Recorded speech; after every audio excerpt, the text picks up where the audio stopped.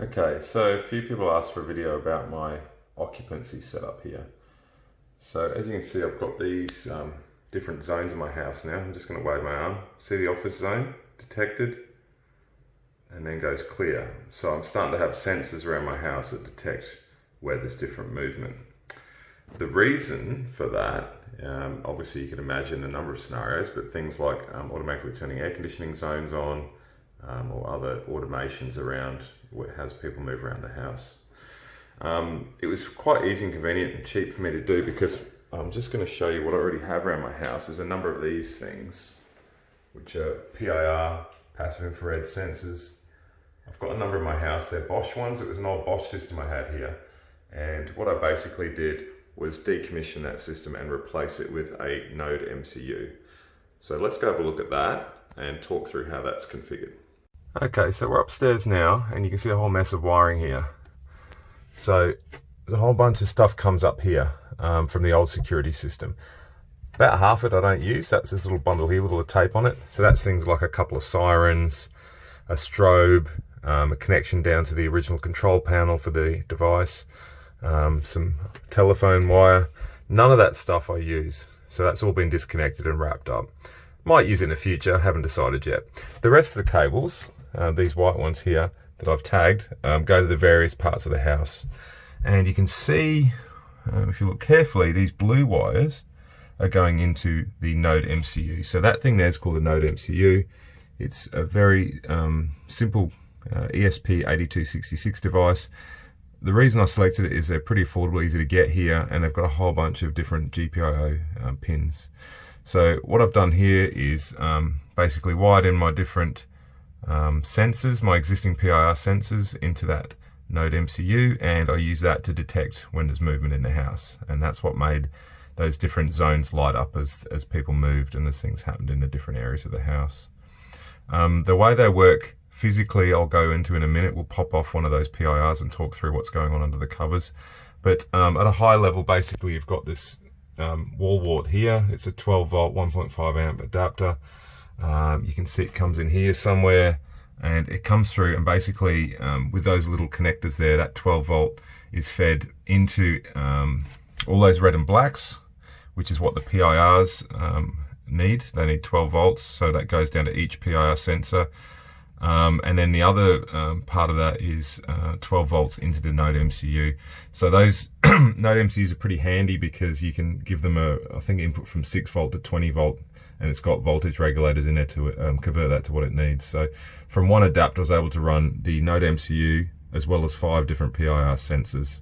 And you know, the adapter doesn't seem to be getting hot or anything like that, so it's obviously not overloaded, and it's all working quite neatly. So again, all those sensors come in here. The blue wires connect into the different GPIO pins, and then we use that to detect where there's movement in the house. So we'll go pop off the top of a PIR and see what that actually looks like. Alright, so here's a PIR sensor. You probably see that LED light up.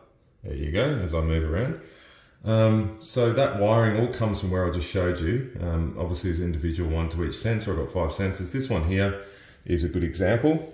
You can see it's a fairly simple board. The bit we're interested in is at the top here, this little connector block.